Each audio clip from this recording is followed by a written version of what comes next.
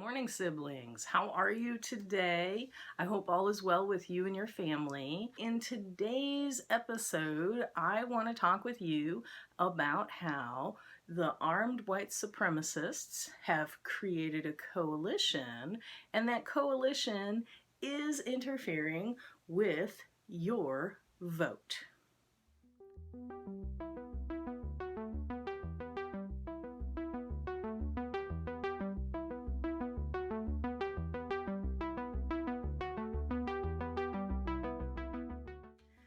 All right, this one is a long one, and so I hope you've got some stamina. Get yourself a tasty beverage, and let's do some thinking together. As of last night, we are at 90,000 deaths in the United States due to this pandemic. The reason that this is really significant is that this is preventable. Communicable diseases are preventable. A lot of what we're dealing with really takes me back to a lot of the conversation in the LGBTQ community in the 80s when we didn't know very much about HIV, and it became a way of life in our community to figure out how to keep each other safe and still live full lives. Let's go ahead and name some white supremacy here. The past couple of months, armed white supremacist linked groups have been interfering with legislative bodies as well as threatening governors. We have a pattern of political interference that is not new. So let's name it.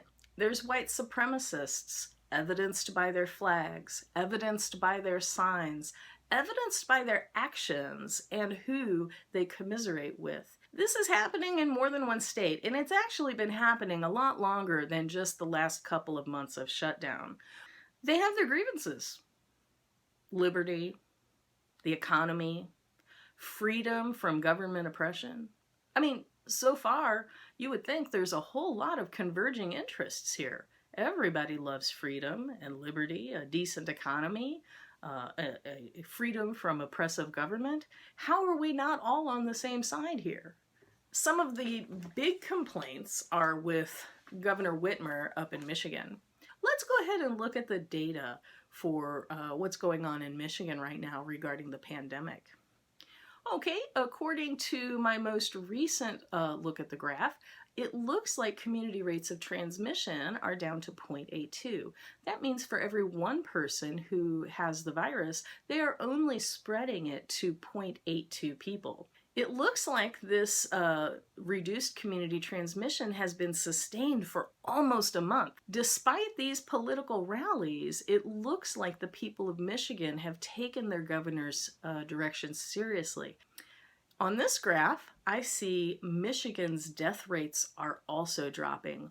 So people of Michigan, good work. Like, I'm really, really impressed with how your community came together despite the political rallies that would say otherwise. Why, when the data are so strong and the community action is so strong, why do we have these fringe elements collaborating with non-fringe mainstream political actors to engage in political rallies at the legislative branch and against the governor?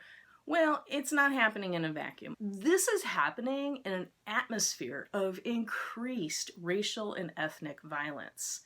If you have truly friends of different skin tones, if you really have a black friend, if you really have friends across race and ethnic groups, you can't help but hear the cries about the accelerated violence and racism. There are plenty of resources to support that racist violence is increasing right now, and hate groups are also increasing right now. I'm going to go ahead and share a video with you from Dr. Kara Hudson Banks that goes into some depth about that. And she's absolutely right. We've been here before. We are replaying an old trope. I'm going to go ahead and take us back for a few minutes into this era of American history known as Reconstruction, big R, Reconstruction. It's been on my mind a lot lately, ever since I had a family conversation with my brother-in-law, Norm, up in Michigan. Hey, Norm. So thank you, Norm, for your conversations with me on history, because I'm not a history expert. I'm a little more of a science person. If you're interested in learning more about this period of time called Reconstruction, you can watch John Green's crash course on Reconstruction. I'll try to put it up there in a little tag. Reconstruction was a national effort to extend freedoms and liberties to all people in the South recently freed. It was a national policy instituted to make the United States a better place. Reconstruction ended as a result of white violence against national and state governments. White mob violence was coordinated to interrupt and disrupt the will of the people. Reconstruction was stopped with violence. These redeemers literally saw Reconstruction as a threat to their way of life. And they're not wrong. I mean, it was a threat to white supremacy culture to have complete enfranchisement, to have complete participation of the black population who had been recently freed. So when you hear people make the heritage argument, they're not wrong. Like, it literally is a part of the antebellum South heritage to have black voters disenfranchised. It literally is a part of the culture to have established a culture that keeps whites on top and people of other racial backgrounds subjugated. And when you add the propensity toward violence to enforce a minority opinion, well, what you have is the disruption of the legislative and executive branches and failed public policy, or shall I say interrupted, and then ultimately led to Jim Crow. What do we see in today's politics that mirrors the redeemers of the past? I'm observing a victim mentality.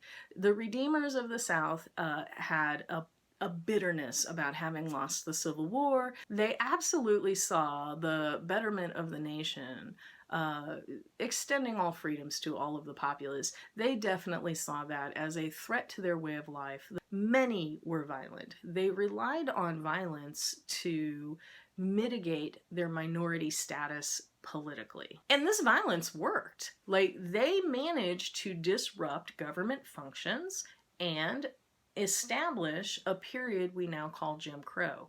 Religious white people in the South assented.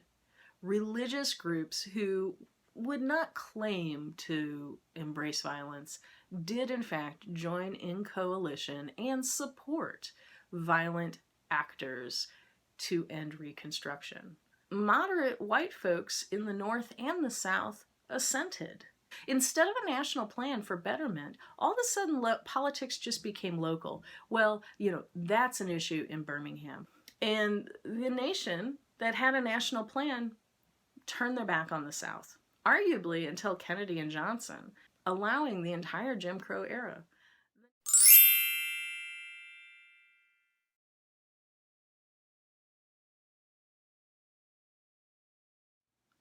Well, we've looked a little bit at the past. What do we have today? We have a small group of armed white supremacists replaying the entire Redeemer trope.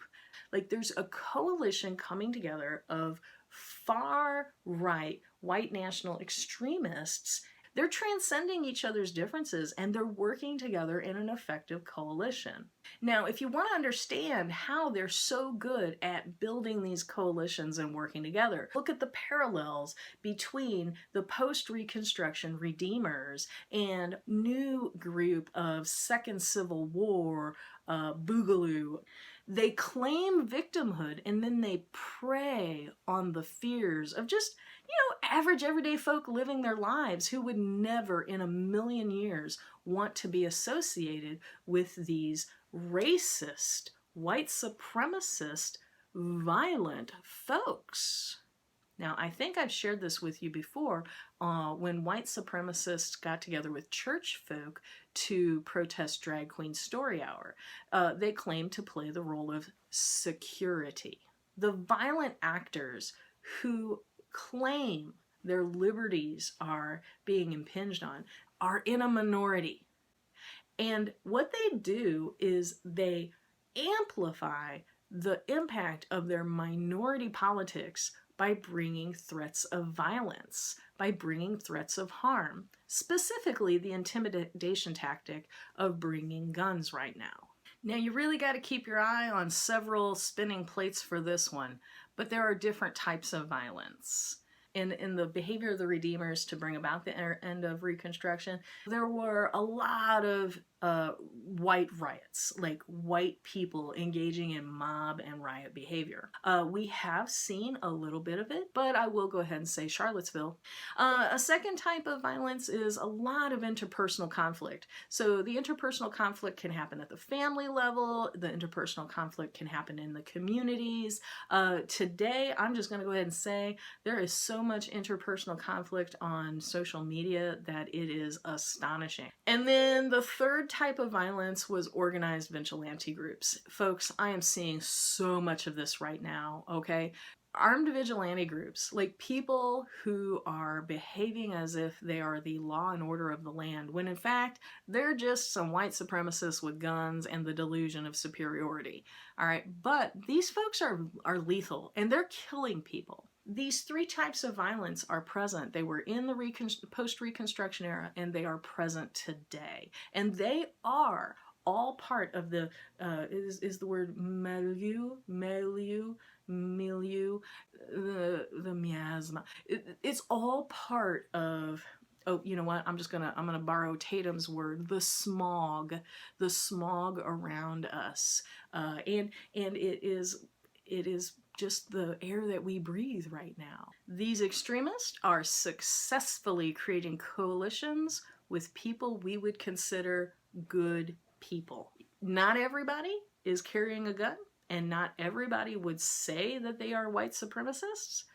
But if you are at a political rally where people are holding a sign like this one, you are in coalition with white supremacists. That is what has happened. We are all a mix of good and bad. I'm not trying to say there are good people and there are bad people here, but I am saying you may think you're good, but if you're alongside people who are doing this kind of thing, you're not doing good at the moment. You're doing something else. We assented to it. Like, we assent. We give up. Like, oh, it's just a few extremists. Well, that's functionally true, but it's a few extremists with what I would argue an undue impact if they're literally able to shut down a legislature because it's not safe. All right, so their zeal for guns and their fears, they're both very real. I believe many of the people doing these political rallies are fearful for their health and their family's health. I think that what you see is a lot of false bravado. They are also legitimately fearful of economic concerns. Hello, this is a place where we could absolutely find common ground. We are all afraid about the economy right now, and they are also fearful about government oppression. Now, I'm going to be real with you. The ignorance about what government oppression is makes it very hard to dialogue with people. But, you know, people who think that they are oppressed just because they can't go get a haircut, that's really hard to dialogue with. But that is their fear. When in fact there is real government oppression occurring, it is very hard to take their fears seriously when it's about getting nails done, haircut, and going fishing or going to the garden center. All right. How do we deal with this? How do we work through this? Well, first off, realize that history is repeating itself. And this can really help you a lot because then you can understand the motives and the tactics of what's going on, and you can predict what's coming down the line. You know, the Redeemers led to Jim Crow. Y'all wake up. Right now, Michigan and many, many other states have a small minority of exceedingly violent white supremacists making a successful coalition with other good people, and they're engaging in very active political rallies, organizing their tails off. It's happening. Also recognize that this is intergenerational.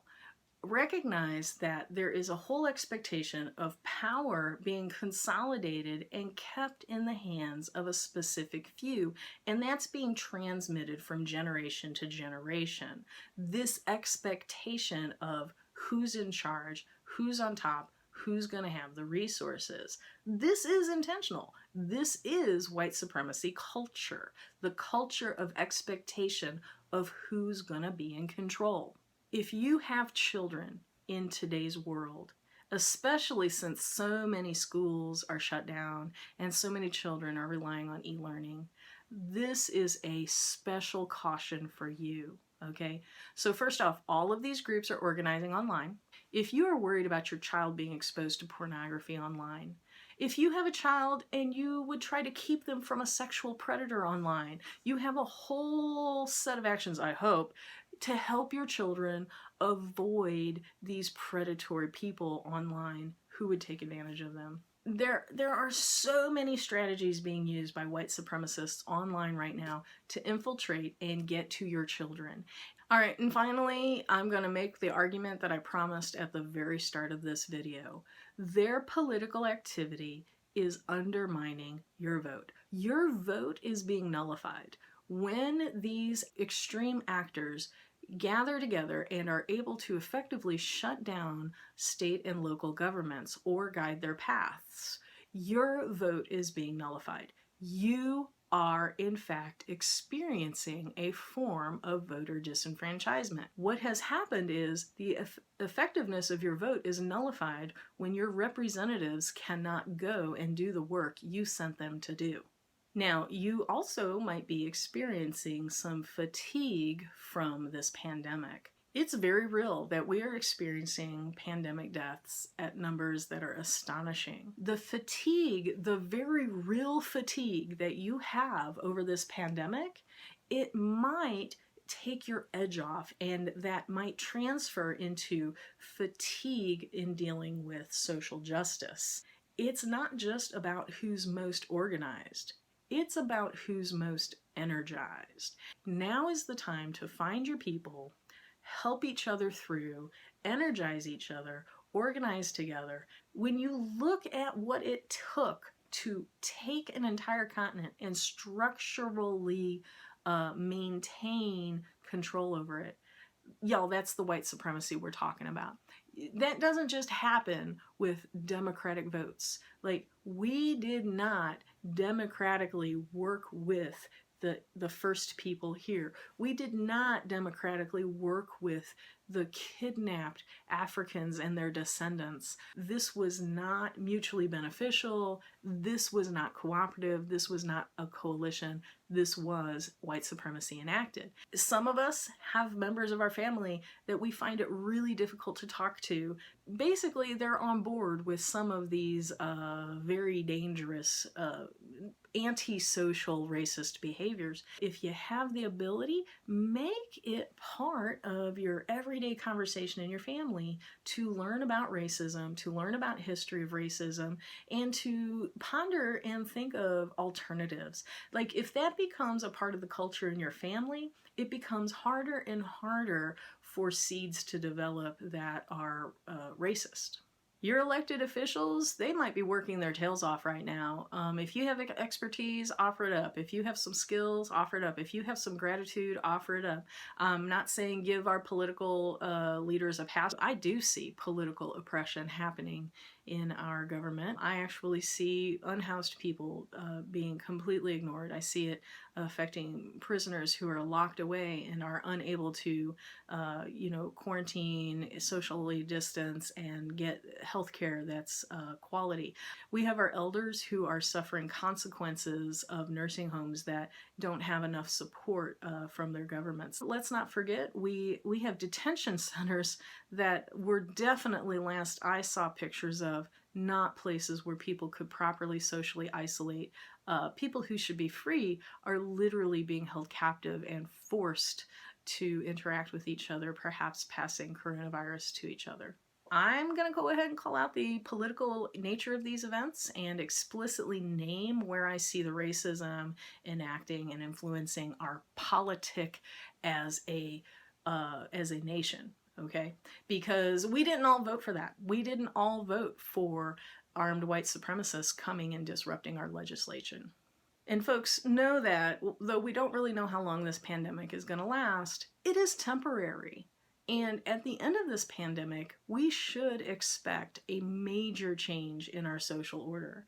At the end of our pandemic, what social order are we looking to see prevail? Organize, organize, organize. Now, I know we don't have complete ease of movement and freedom, but we have got to be organizing together. How are we making our community stronger? How are we coalescing and working together? How are we engaging in mutual aid? How are we building a community that we would like to see? If you want to be a part of this ongoing dialogue, please subscribe. If you learned even one new thing in this video, would you go ahead and give me a thumbs up? And if you are incensed, just angered about what you've heard in this video, go ahead and give us a thumbs down. It's engagement. We appreciate your engagement. We want to hear what you have to say. And then go find a corner and meditate about why you're upset about ending white supremacy. But most of all, if you have something to contribute on this topic, please leave us a comment. We would love to hear what your ideas are. All right, my people, take care out there. Let's all get to the other side of this pandemic together. See you next episode.